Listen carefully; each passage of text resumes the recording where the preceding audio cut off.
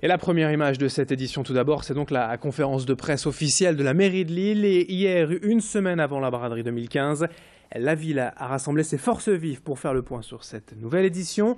Au programme notamment les 7 nouvelles rues en braderie, la déviation du semi-marathon et du 10 km qui ne passeront donc pas cette année par la citadelle pour cause de travaux. Les réservations d'emplacement sur Internet, nouveauté 2015 et qui représentent tout de même, sachez-le, 35% déjà des 10 000 réservations pour l'instant enregistrées. Les contrôles sanitaires ont été également évoqués, de même que la mobilisation de polices étrangères. Pour rappel, près de 2500 fonctionnaires de la ville sont mobilisés durant ce week-end de braderie. Quelques précisions avec un élu lillois, Franck Hanot, au micro de Clémence Rodin.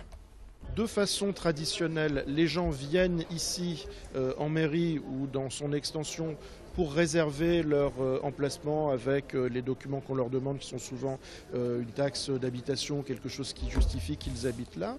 Et puis ils ont la possibilité aussi de le faire via le site internet et ça représente actuellement 30% des réservations que l'on a ouvert par ce biais-là. Il y a des contrôles tout le temps parce qu'on lutte aussi contre la fraude. Certains revendent leur emplacement. La braderie est une franche foire. Franc, ça veut dire gratuit. Donc les gens n'ont pas à payer leur emplacement. Mais on est là aussi pour rendre des comptes à la préfecture parce que lorsqu'on organise une braderie, on doit être capable de dire qui se trouve à quel emplacement. C'est pour ça qu'il y a un système de réservation. L'actualité en ce vendredi marquée également par ces images de l'inauguration du local de campagne de Xavier Bertrand. Hier à Lille, la tête de liste des Républicains pour les prochaines régionales était bien entourée hier avec de nombreuses personnalités de la région. Le parti va donc ouvrir plusieurs QG dans chaque département Nord-Pas-de-Calais et Picardie. Et hier, les Républicains étaient donc boulevard Carnot pour ouvrir ce local lillois. À plus de 3 mois de ces élections régionales, le parti de droite se met en ordre de bataille pour ravir la région à la gauche. Après le département déjà gagné en avril, les Républicains peuvent en effet espérer l'emporter dans le Nord-Pas-de-Calais Picardie.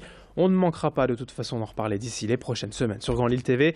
Et en attendant, on l'écoute, Xavier Bertrand hier au micro de Pauline Lermite. Ouvrir une permanence, c'est une étape.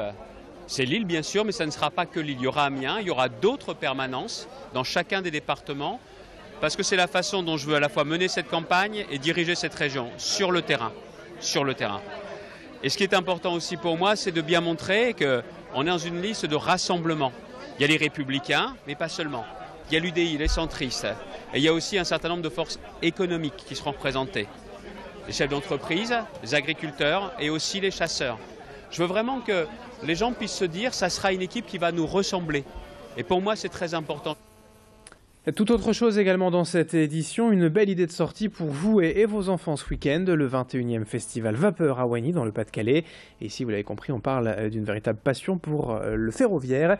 C'est Ferrovipat, comme on dit, vont accueillir tout le week-end au centre Denis Papin les visiteurs et le programme est riche avec de vieux trains postes ouverts à la visite, d'anciens postes de pilotage, une vingtaine de modèles réduits plus ou moins grands et bien sûr des circuits ferroviaires animés. Le plus grand d'entre eux fait plus de 200 mètres carrés. Il a entièrement été réalisé par les bénévoles du club. À noter le dimanche une bourse d'échange de vente qui rassemblera les plus connaisseurs.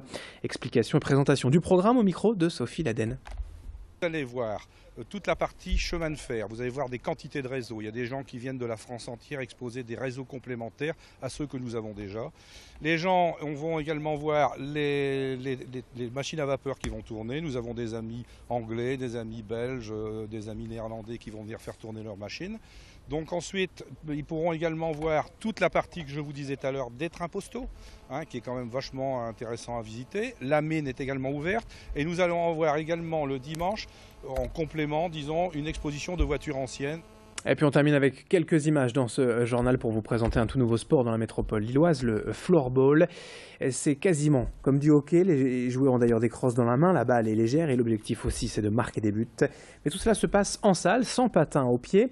Il y a également beaucoup moins de contact et de violence qu'en hockey. À Tourcoing, en tout cas, le Nordic Floorball Club a été créé déjà en 2004 et compte 58 adhérents.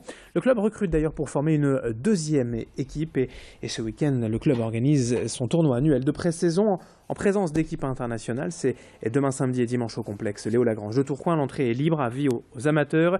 D'autres images, d'autres interviews également pour en savoir plus sur ce sport, le floorball, à retrouver dès aujourd'hui sur notre site internet grandlille.tv.